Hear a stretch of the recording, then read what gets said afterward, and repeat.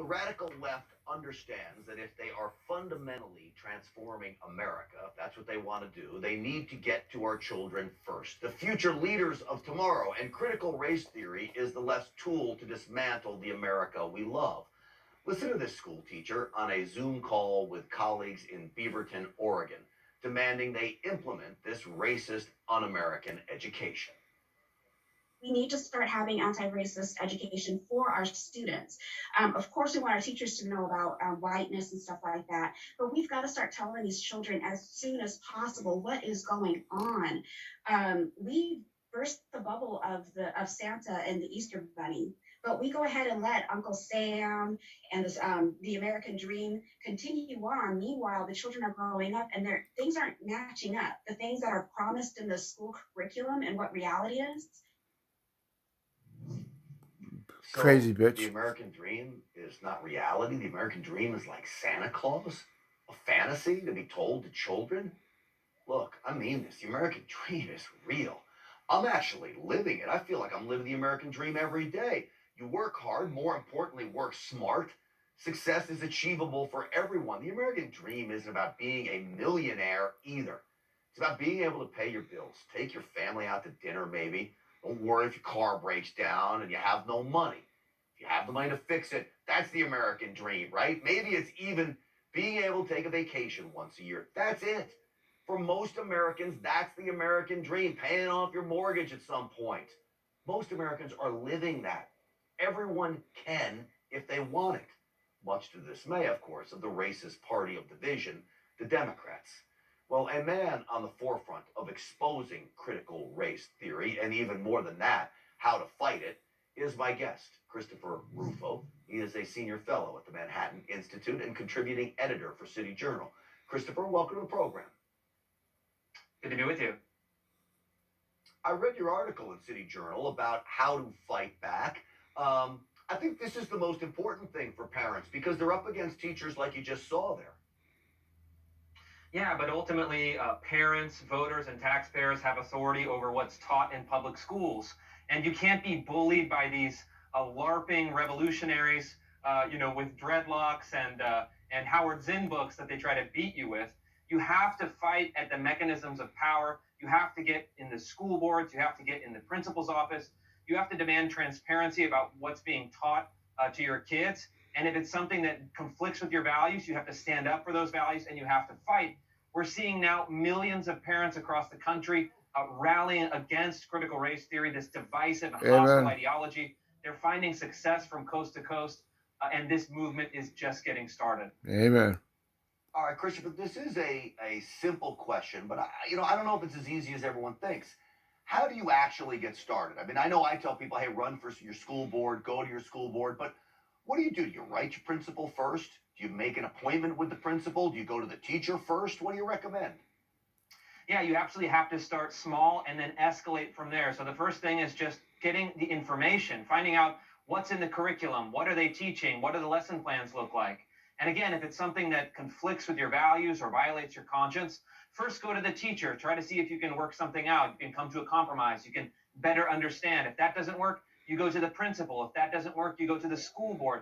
And if that doesn't work, if there's no recourse and they absolutely refuse to listen to parents, you need to band together with other people in your area, in your school, and then start overthrowing these school boards through electoral campaigns. That's where we're at already, brother. In districts across the country, right now, we've had a district get flipped in Dallas, Texas suburbs. We're getting a district about to get flipped in Virginia. Everywhere it's been tried, critical race theory has failed to teach students how to live their best life. And also, everywhere that it's been implemented, it's deeply unpopular. About 85% of voters oppose critical race theory principles in the classroom. This is Black, white, Asian, Latino, poor, rich, Democrat, Republican, Libertarian. It's deeply unpopular. So know that the truth and the people are on your side. I want to ask you one final question, and it may be hard to answer quickly, but if you can, it would be much appreciated. Where did this start? Who was the original person, organization that started pushing this? Because it seems well coordinated and spread like wildfire. Communist China. Yeah, critical theory is now almost 100-year-old ideology. It really came to fruition in the 1960s with theoreticians such as Herbert Marcuse, Paulo Freire, Angela Davis, and others. And then it morphed about a generation later in places like Harvard Law School and became critical race theory. So this is a long-standing ideology that's ultimately derived from Marxist thought around the turn of the century. It's always keeps changing and adapting and emulating successful rhetorical terms. We've fought it successfully in this country for 100 years. It's time for the American people to rise up and fight it again. Hell yeah. Well, I promise you this. I know you're fighting back against it. On this program, we talk about it a lot because it is so important to fight back. And I see so many parents and so many numbers speaking up, and I'm so proud of all of them. Chris Rufo, thank you so much for coming on the program. We appreciate the work that you've been doing out there. Thank you. All right. So it's not just in our schools either.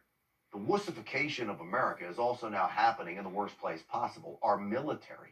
Hundreds of our nations of brave warriors are complaining to their congressional representatives that the Pentagon's extremism and diversity training, and it doesn't focus on Islamic extremism, by the way, but so-called right-wing extremism instead, well, they say all that training is dividing our forces and taking time away from their war training. Arkansas Senator Tom Cotton grilled Defense Secretary Lloyd Austin today and got him to make a promising key admission. Mr. Secretary, do you believe that race and sex should be the key factor when selecting combat leaders, rather than, say, operational excellence, technical proficiency, leadership, agility, and integrity? I do not, Senator. I think what you just said should be key components in making any selection. Well, it sounds good, but this is the problem with Democrats. I'm not sure I believe him.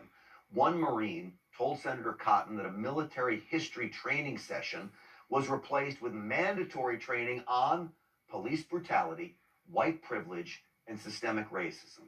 What does a fighting force, killing machine need to learn about that for?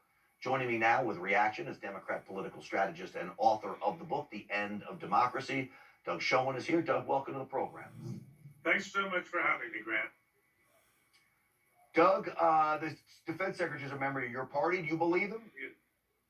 I certainly do believe him, and I hope, more importantly, that what he said becomes the policy that is invariably and systematically implemented in America, because gender and race have no basis for picking our leaders in combat, that's for sure. At the same time, we want a diverse military, but we don't want our military determined solely by racial or ethnic or religious criteria or gender.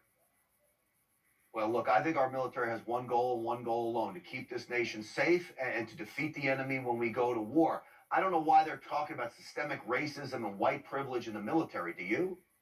I don't think they should be. I think they should be talking about how best to train our fighting force. I do believe that the military, Grant, is one of the best examples in our society of how diversity actually works. Based on merit, African Americans and women have risen, as Secretary Austin has, to leadership roles. That's all good, but that's not based on critical race theory or any sort of quotas. Well, I can tell you, Doug, I know many members of our military, and they'll tell you in a foxhole, they don't care whether you're black or white or Exactly. Hispanic. They only care you know how to use that firearm and defend yourself and the guy next to you or gal next to you. Doug Schoen, as always, thank you, my man, for coming on the program today. Yep, you got it. Still ahead on Stinchfield, exposing media malpractice.